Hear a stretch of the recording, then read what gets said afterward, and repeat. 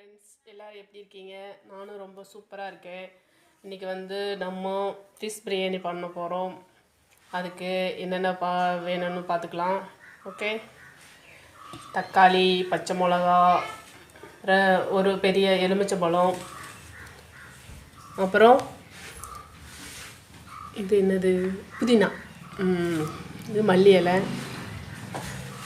இப்போ ஃபிஷ் பிரியாணிக்கு வந்து நம்ம ஃபிஷ்ஷு, இது வந்து நெய் மீன் சூரன்னு மீன் இருக்குது கேரளாவில், அதான் நெய் மீன் சூரன்னு சொல்லுவாங்க. அதான் இப்போ வாங்கியிருக்கேன். அதில் முள்ளெல்லாம் இல்லை, நல்லா பீஸாக வெட்டி வாங்கியிருக்கேன். அப்போ இதுக்கு தேவையானது இஞ்சி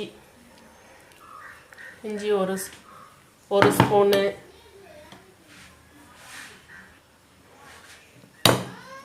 அப்புறம் மிளகா பொடி 2 ஸ்பூன் போட்டிருக்கேன். அப்புறமா கொஞ்சம் ஒரு அரை ஸ்பூன் ஆட்ட கரம் மசாலா, தேவையான அளவுக்கு உப்பு. நான் 1/2 கிலோ எடுத்து வச்சுருக்கேன். 1/2 கிலோ அரிசிக்கு 1/2 கிலோ எடுத்து வச்சுருக்கேன். அப்புறம் இது ஃப்ரெண்ட்ஸு, இது பிரியாணிக்கு, இது வந்து பிரியாணி இலை, பட்டை, சோம்பு, ஏலக்காய். ஓகே, நம்ம இது வந்து மிக்ஸ் பண்ணிடலாம்.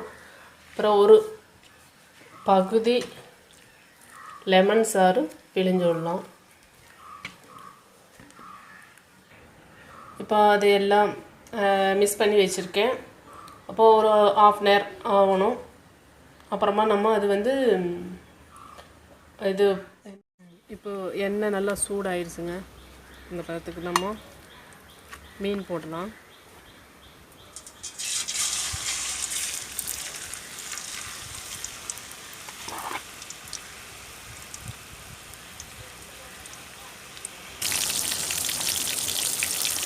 இன்றைக்கி வெளியே வச்சு தான் சமைக்கிறேங்க. ஏன்னா கரண்ட்டு கட் ஆகிடுச்சு. அதனால் சரி வெளியே வச்சு இன்றைக்கி ஒரு டிஃப்ரெண்ட்டாக சமைக்கலான்னு சொல்லிட்டு ரொம்பவே சூப்பராக இருக்குது. காற்றெல்லாம் அடிச்சு இதை வந்து அப்படியே வேறு பக்கம் அப்படியே திருப்பி விட்ருங்க. ஒரு 3/4 பதத்துக்கு வெந்தால் போதும். நம்ம மறுபடியும் அரிசி போட்டு நம்ம அதில் போடுறதுனால அது வெந்துடும். ஒரு 3/4 பதத்துக்கு நான் எடுக்க போகிறேன். இப்போ நல்லா வெந்துருச்சு, எடுக்கலாம்.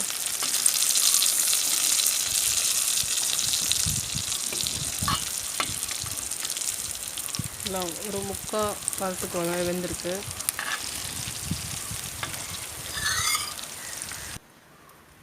இப்போ வந்து எல்லாம் பொரிச்சு எடுத்துட்டேன், எல்லாம் ஃப்ரை பண்ணி எடுத்தாச்சு.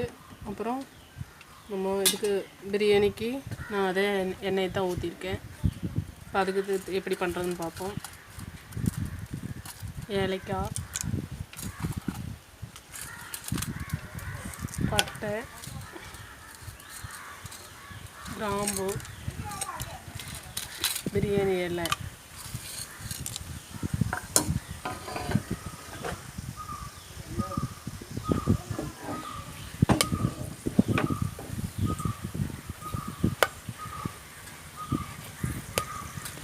நம்ம வெங்காயம் போட்டுக்கலாம். நல்லா பொரிஞ்சு வந்துடுச்சுங்க. வெங்காயம் போட்டுக்கலாம்.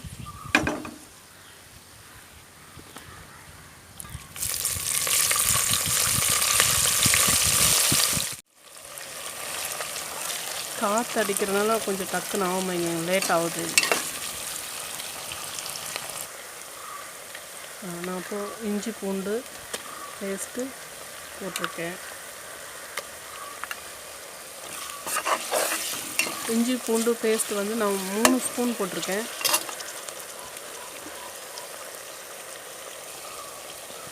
அப்புறம் மல்லி இலை, புதினா இலை, பச்சை மிளகு,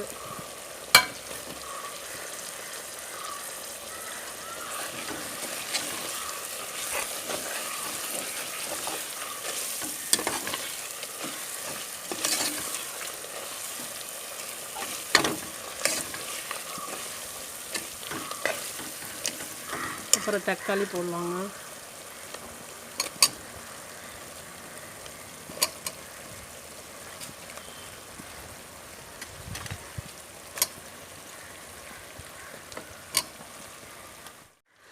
அப்புறம் நம்ம தேவையான அளவுக்கு உப்பு போட்டுடலாங்க. உப்பு போட்டுட்டு அப்போ தான் இந்த தக்காளி சீக்கிரமாக நல்லா வேகும்.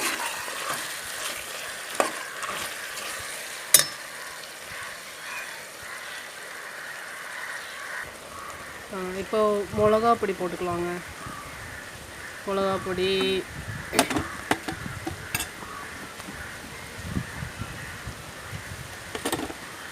ஒன்றரை ஸ்பூன் மிளகா பொடி போட்டிருக்கிறேங்க. 1 ஸ்பூன் மட்டும் கரமசாலா போட்டிருக்கேன். இப்போ கிரேவி மாதிரி வந்துடுச்சு. இப்போ அரிசி போட்டுக்கலாம்.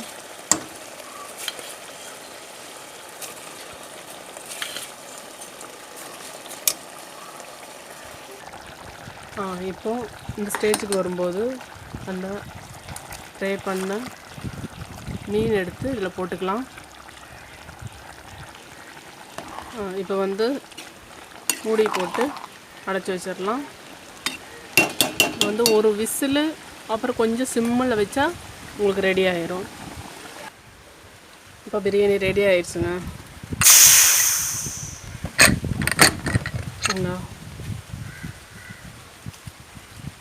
சூப்பராக இருக்குது. நீங்களும் இதே மாதிரி சமைச்சு சாப்பிடுங்க. ஓகே ஃப்ரெண்ட்ஸ், இதே மாதிரி நீங்களும் சமைச்சு சாப்பிடுங்க. ஓகேவா? நெக்ஸ்ட் வீடியோவில் பார்ப்போம். ஓகே.